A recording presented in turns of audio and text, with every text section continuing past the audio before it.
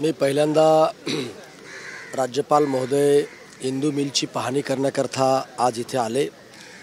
त्याबद्दल मी राज्य शासनाच्या वतीनं राज्याचे मुख्यमंत्री एकनाथरावजी शिंदे साहेब, दुसरे कर्तबगार उपमुख्यमंत्री देवेंद्र फडणवीस साहेब आणि आमचे नेते माननीय अजितदादा पवार साहेब यांच्यातर्फे राज्य शासनातर्फे मी राज्यपाल महोदयांचं इथून पाहणी केल्याबद्दल, काही सूचना दिल्याबद्दल त्यांचे पहिल्यांदा मी आभार त्या ठिकाणी व्यक्त करतो। आणि तुम्ही पाहताय की डॉक्टर बाबासाहेब आंबेडकरांचं इंदू मिलवरचं स्मारक हे आंतरराष्ट्रीय दर्जाचं त्या ठिकाणी होणार आहे। आणि म्हणून सातत्यानं राज्याचे मुख्यमंत्री एकनाथ शिंदे साहेब, राज्याचे दुसरे मुख्यमंत्री उपमुख्यमंत्री देवेंद्र फडणवीस साहेब आणि आमचे नेते माननीय अजितदादा पवार साहेब आम्हाला सातत्यानं सूचना देतात की महिन्यातून किमान 2दा तुम्ही इंदू मिलच्या जागेवरती त्या ठिकाणी तुम्ही जावा। आणि म्हणून समाजाचा मंत्री म्हणून, समाजाचा प्रतिनिधी म्हणून मी सातत्यानं ह्या इंदू मिलच्या जागेची आणि ह्या इंदू मिलच्या कामाची पाहणी आम्ही त्या ठिकाणी करत असतो। आणि म्हणून राज्यपालांनी पदभार स्वीकारल्यानंतर पहिल्यांदा ते चैत्यभूमीला येऊन डॉक्टर बाबासाहेब आंबेडकरांना नतमस्तक झाले आणि आज दुसऱ्यांदा की मला हे बाबासाहेबांचं आंतरराष्ट्रीय दर्जाचं स्मारक कशा पद्धतीनं होतं आहे ते सुद्धा पाहण्याचं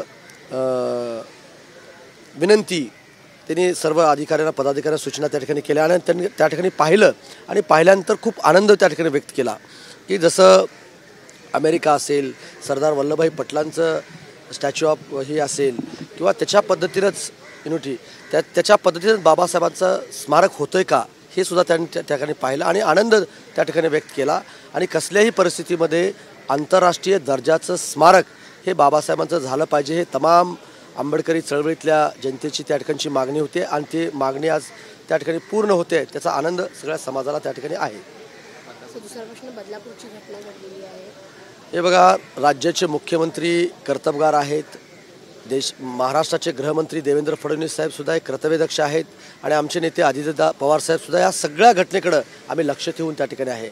आज जसं मुख्यमंत्री माझी लाडकी बहीण योजनेला आम्ही ज्या गरीब महिला आहेत, ज्या 2.5 लाखापेक्षा ज्याचं उत्पन्न कमी आहे त्यांना आम्ही मदतीचा हात देण्याचा प्रयत्न आम्ही त्या ठिकाणी करतो आहेत। आणि म्हणून त्यांच्या आर्थिक उन्नती असेल किंवा त्यांना त्यांचं सक्षमीकरण असेल, सबलीकरण असेल आणि त्यांच्या सुरक्षेची सुद्धा जबाबदारी आमच्या महायुतीच्या सरकारची त्या ठिकाणची आहे। नक्कीच याच्यावरती आम्ही गांभीर्यानं घेऊन आम्ही नक्कीच त्याच्यावरती कारवाई करू।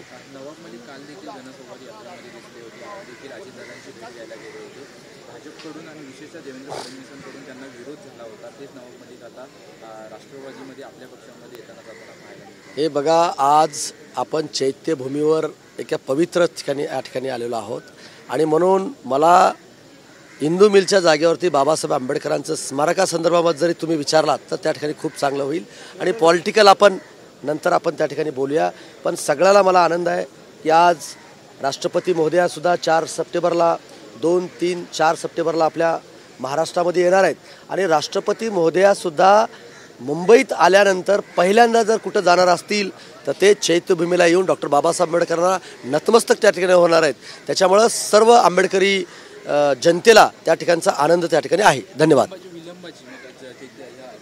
विलंबाची कारणं काय आणि खर्च वाढतोय, त्याचसोबत आंबेडकर अनुयायांचं म्हणणं आहे की लवकरात लवकर करावं असं देखील त्यांचं म्हणणं आहे। मी सातत्यानं गेली 5 वर्ष या कामावर माझं लक्ष त्या ठिकाणी आहे। राज्याच्या मुख्यमंत्र्यांनी एकनाथ शिंदे साहेब, देवेंद्र फडणवीस साहेब आणि आमचे नेते अजितदादा पवार साहेबांनी सातत्यानं या सर्व स्मारकाच्या कामासंदर्भामध्ये त्यांचे लक्ष त्या ठिकाणी आहे आणि निधीच्या बाबतीमध्ये कुठलेही निधी आत्तापर्यंत आम्ही त्या ठिकाणी कमी पडू दिलं नाही।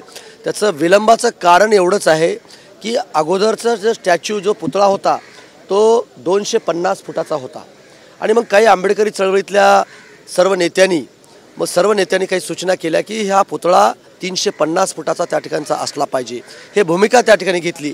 आणि म्हणून आम्ही स्वतः त्या कमिटीचे सदस्य आम्ही गाझियाबाद उत्तर प्रदेशमध्ये आम्ही त्या ठिकाणी गेलो।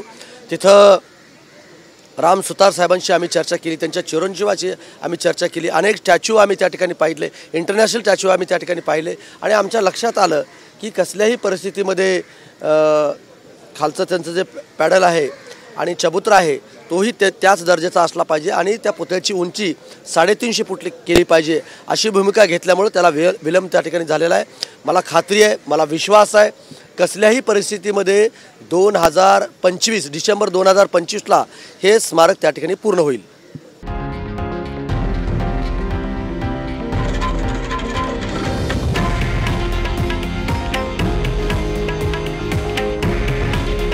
हे आहे देशातील नंबर 1 न्यूज नेटवर्क आणि आपण पाहत आहात TV9 मराठी.